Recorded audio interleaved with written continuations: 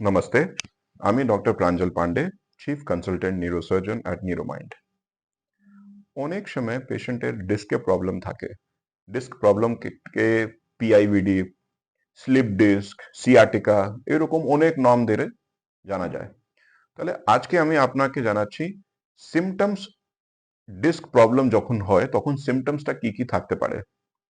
দেখুন, প্রথমে সব থেকে কমন সিমটম হয় পেন।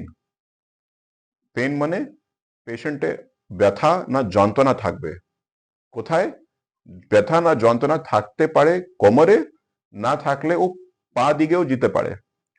একটা পাও না দুদিকে পাওটা যদি যন্ত্রণা হয়, অনেক সময় মিসমিস করে ব্যথাটা হয়, না মিঠা মিঠা একটু দাঁত ওখানে থাকে।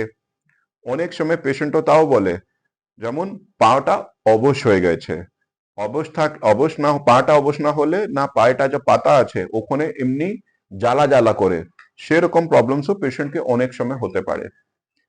গর্দনে যদি কোনো স্লিপ ডিস্কে অসুবিধা হয় তখন ঘাড়ে ব্যথা, ব্যথা এই হাত দিয়ে নামতেও পারে।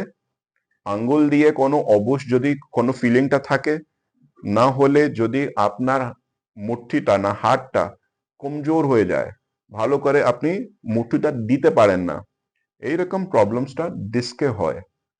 আর সমস্যা যা হতে পারে, অনেক সময় পেশেন্টে হাঁটা চলা করলেও অসুবিধা হয়।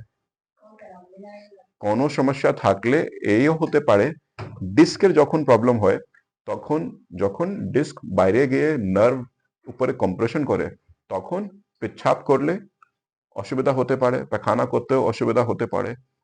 এইসব কমন প্রবলেমস গুলো যা আছে, সেই প্রবলেমসে আপনি মনে থাকুন, যদি আছে তাহলে আপনাকে ডিস্কের প্রবলেমটা হতে পারে।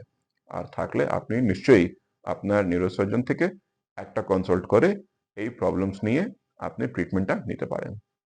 Thank you.